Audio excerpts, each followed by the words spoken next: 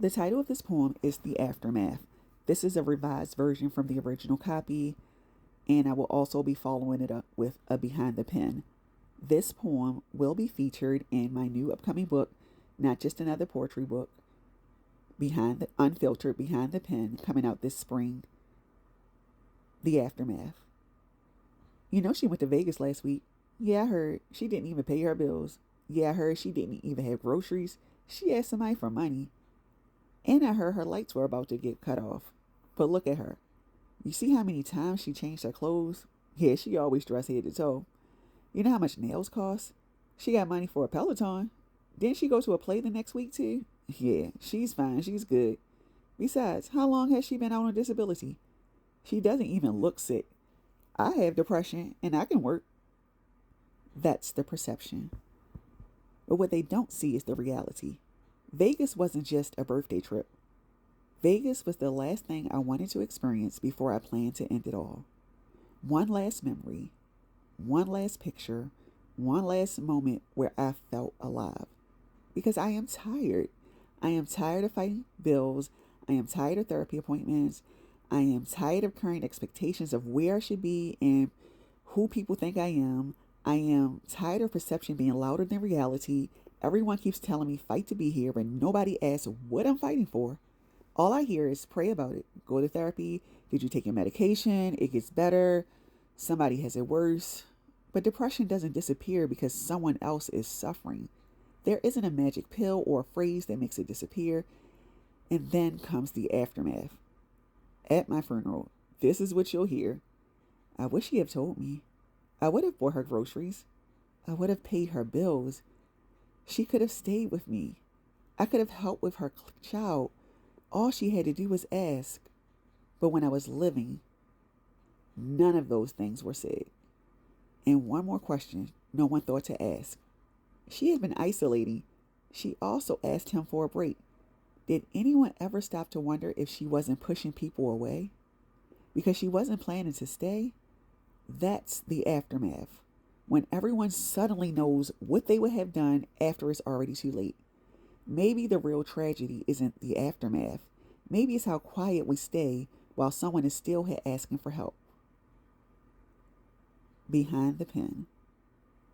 Originally, when I wrote this piece, I was in a very emotional space for weeks, actually months, really. I had been hearing so many things about my mental health being dismissed or being overlooked, not validated, all of it. And it's not that you need validation to survive, but when you're in a mental health crisis, the last thing you need is negativity. You already feel like a burden. You already feel like nobody understands you. You're already in your darkest hour. So hearing things like pray about it, while I do believe in prayer, I believe in God, I believe in all of that. Prayer is just one tool. Medication is a tool. Therapy is a tool. And I've learned those, I've tried those tools for years. So since COVID, actually. And if I'm being honest, for me, it hasn't gotten easier. It's gotten heavier. The older I get, the more life piles on, the more overwhelming it becomes. So to keep hearing the same things over and over again, it becomes noise. So I started to isolate. And then when I did come outside, after people talked about me isolating, now I'm being talked about because I went to Vegas, because of how I dress, because of how I show up, because of what it looks like from the outside. And as I started editing this piece over time, I realized this just isn't my story. This is the story of anyone who has struggled with suicidal thoughts, anyone who has had quiet moments, anyone who has ever felt like giving up.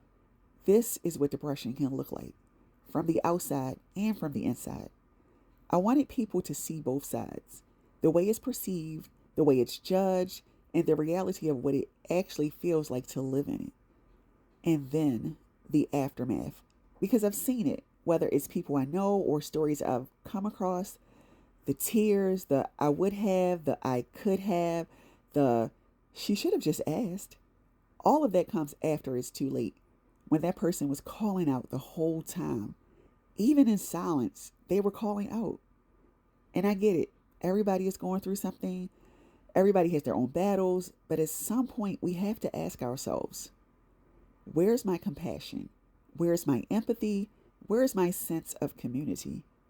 If each of us took just a few minutes out of our day to check on someone, to go for a walk, to sit and listen without judgment, what kind of difference could that make? Because we all judge. I'm not exempt from that. We judge what we don't understand. But what I've learned is sometimes the person you think is fine is fighting for their life. We have to do better, and that includes me. It starts with me. Again, the title of this poem is called The Aftermath.